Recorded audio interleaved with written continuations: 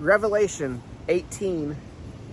After this, I saw another angel with great authority coming down from heaven, and the earth was illuminated by his splendor.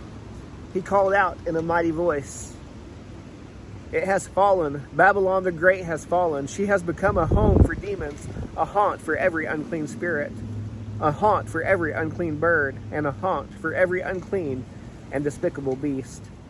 For all the nations have drunk the wine of her sexual immorality, which brings wrath.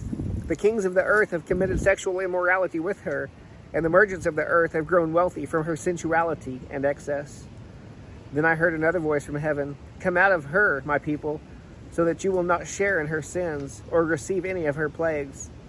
For her sins are piled up to heaven, and God has remembered her crimes. Pay her back the way she also paid, and double it according to her works. In the cup in which she mix a double portion for her. As much as she glorified herself and indulged her sensual and excessive ways, give her that much torment and grief.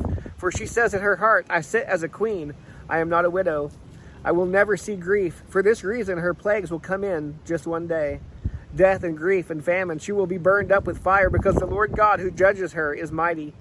The kings of the earth who have committed sexual immorality and shared her sensual and excessive ways will weep and mourn over her when they see the smoke from her burning. They will stand far off in fear of her torment, saying, Woe, woe, the great city Babylon, the mighty city, for in a single hour your judgment has come. The merchants of the earth will weep and mourn over her, because no one buys their cargo any longer.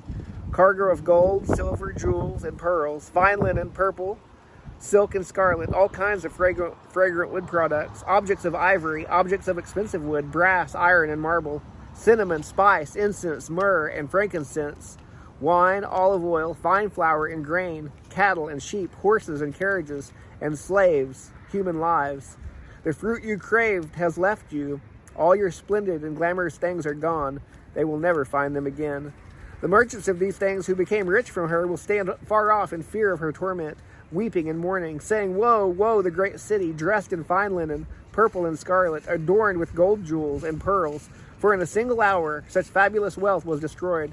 And every shipmaster, seafarer, and the sailors, and all who do business by sea stood far off, as they watched the smoke from her burning, and kept crying out, Who was like the great city?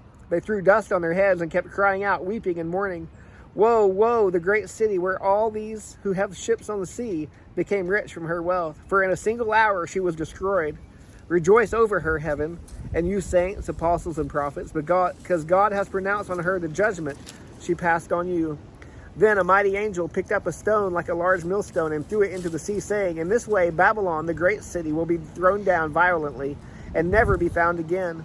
The sounds of harpists, musicians, flutists, trumpeters will never be heard in you again. No craftsman of any trade will ever be found in you again. The sound of a mill will never be heard in you again.